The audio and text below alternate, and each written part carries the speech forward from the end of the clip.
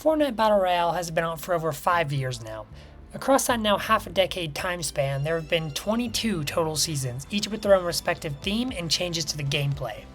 These seasons are separated into chapters. A new chapter for Fortnite is always a big moment in the game, as alongside new mechanics, weapons, and items comes a completely new map.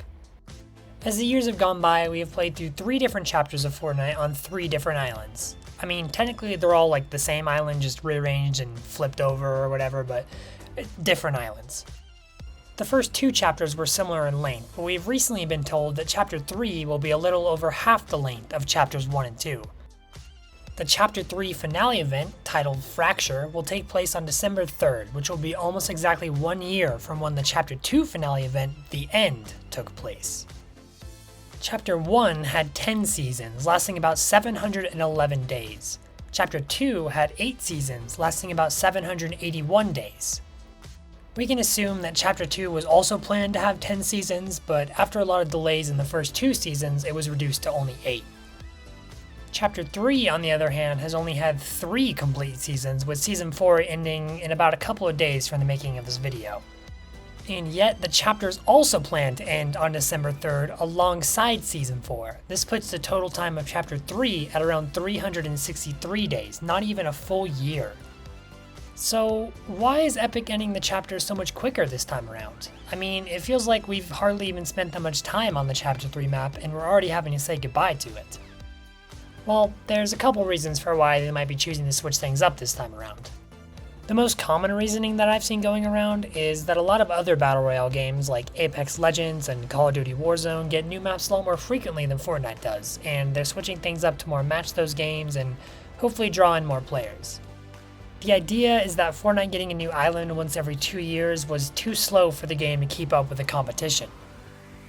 This reasoning doesn't really make sense to me, as Fortnite has never needed to give us a new map every couple of months to keep players invested. They usually do a really good job at making each season of the game unique and interesting, which always draws players back. On top of that, Fortnite's island has always been the main focus of its storyline. Say what you want about the game, but the story is surprisingly rich in depth and filled with creative storytelling.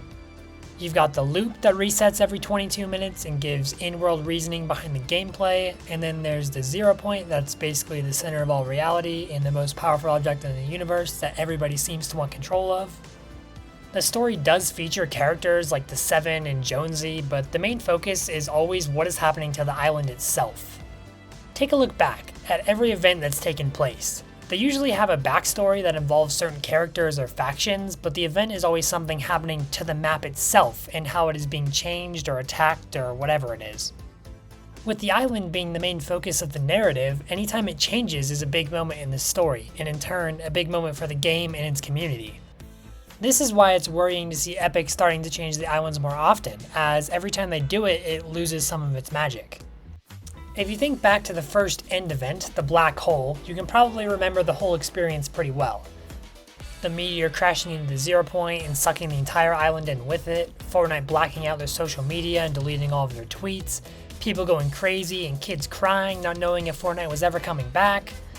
Something like that was unheard of at the time, and you likely remember it vividly if you were an active player. Or even if you weren't.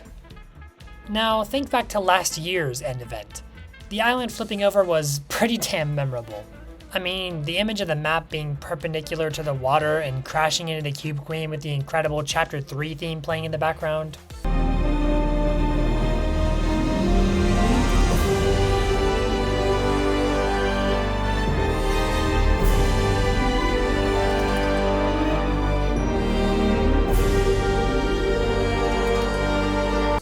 Was certainly an amazing experience. But aside from that, what else was really memorable? Everybody would have had a different experience, but for me, the memory is more waking up the next day and playing on the new island than the event itself.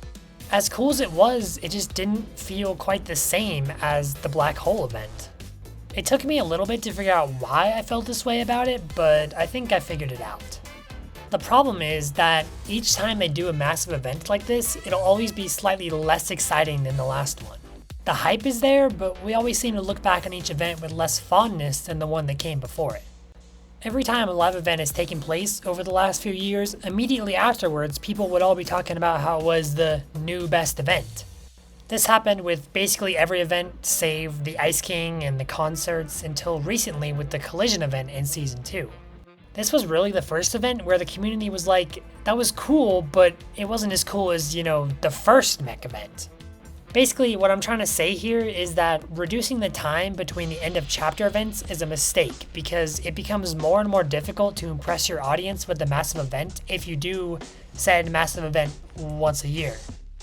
The more often that we get new chapters and new maps and new mechanics, the less exciting it is when that time comes around again.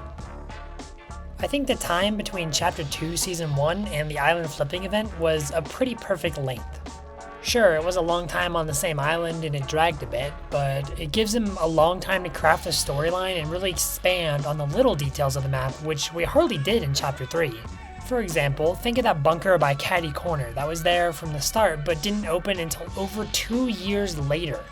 We didn't have anything like that on the Chapter 3 map because we've hardly spent any time on it. Another reason for why Epic might be bringing a new chapter quicker could be due to the launch of Unreal Editor for Fortnite, also known as Creative 2.0. This was supposed to be released this year, but has since been delayed to January of next year.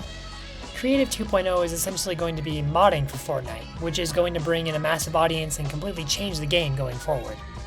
It could be that Epic wants to introduce a new chapter with new mechanics or a new engine that will work better for Creative 2.0. Obviously, this wouldn't absolutely have to be a new chapter, as a seasonal update would also suffice for implementing something like this. But the launch of Chapter 4 will undoubtedly bring in a large audience of new players and returning players. This would help Creative 2.0 to be noticed more right away and get people to see its true potential.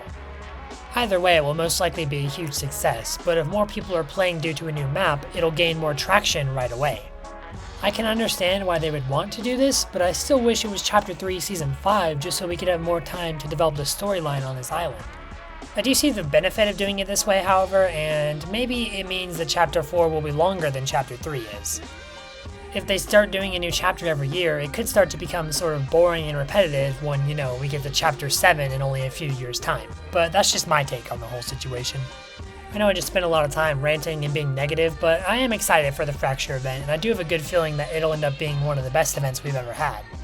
I just wish it would have come a little bit later, maybe not another year of waiting, but something like 1 or 2 more seasons, just to give us more time with the Chapter 3 map and give the story more time to actually do something with the island. I suppose this chapter was mainly just focused on the war between the Seven and the Imagined Order, but I still feel like they could have done so much more, and then just dropping a new chapter after only 4 seasons feels a lot less hype than getting a new chapter after a long build-up, Most people are just excited for a brand new map and mechanics and all that good stuff, and don't really mind that it's coming quicker than before. But I hope this isn't the start of a trend that could end up hurting the game in the future. So what do you guys think about this whole 1-year-long chapter situation? Do you think it's too short, or are you okay with the time between new maps being reduced?